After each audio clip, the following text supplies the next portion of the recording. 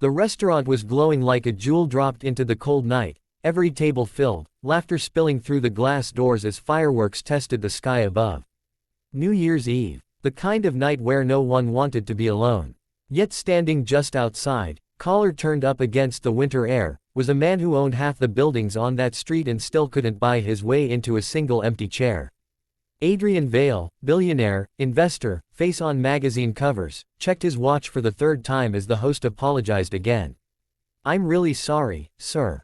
We're completely booked." Adrian nodded, forcing a polite smile, but inside, the familiar hollow ache spread.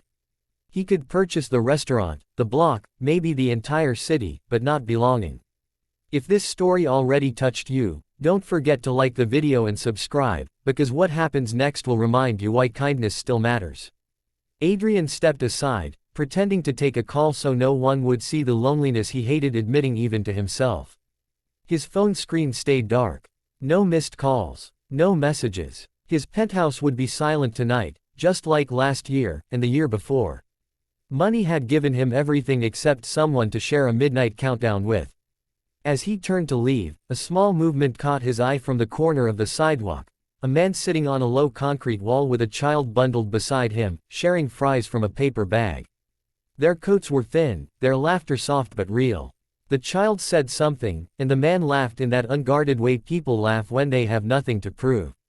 Then it happened. The man looked up, met Adrian's eyes, and without hesitation, lifted his hand and waved. Not the kind of wave you give a celebrity or a rich stranger, but the simple, human kind. "Hey," he called. "You waiting too?" Adrian hesitated. No one waved at him like that.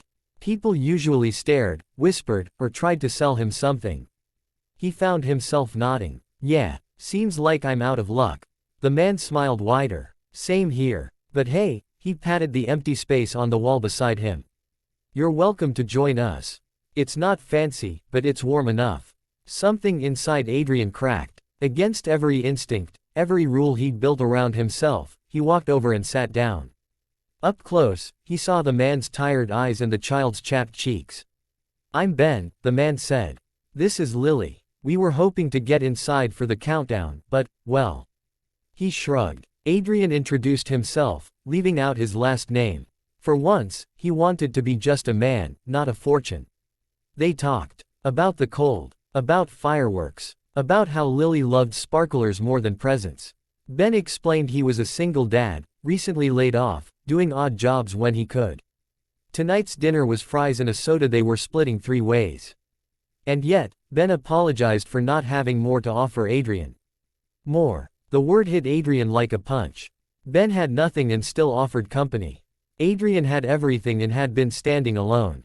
Inside the restaurant, the countdown began to echo, voices rising, glasses clinking. Lily tugged at Adrian's sleeve. "Mister, do you think wishes really work?" she asked. Adrian swallowed. "I don't know," he said honestly. "But I think they work better when you're not alone." Ben smiled at that, nodding. They counted down together from 10, their voices uneven but joyful. When midnight hit, fireworks exploded overhead, painting the sky with light. Lily clapped, laughing so hard she snorted, and Ben hugged her tight. Without thinking, Adrian laughed too, a real laugh, the kind he hadn't felt in years. After the fireworks faded, Adrian did something unexpected. He stood, brushed off his coat, and said, "Would you both like to come inside?" Ben looked confused. "They won't let us." Adrian met his eyes. "I think they will now." Within minutes, a table appeared. Staff moved faster than they ever had, apologies replaced by smiles. Ben realized the truth then, eyes widening. Adrian gently shook his head. "Tonight, I'm just someone who didn't want to eat alone." They shared a meal that tasted better than any Adrian could remember. Ben told stories about Lily's mom, about losing her and learning to be both parents at once. Adrian listened, really listened, something he rarely did.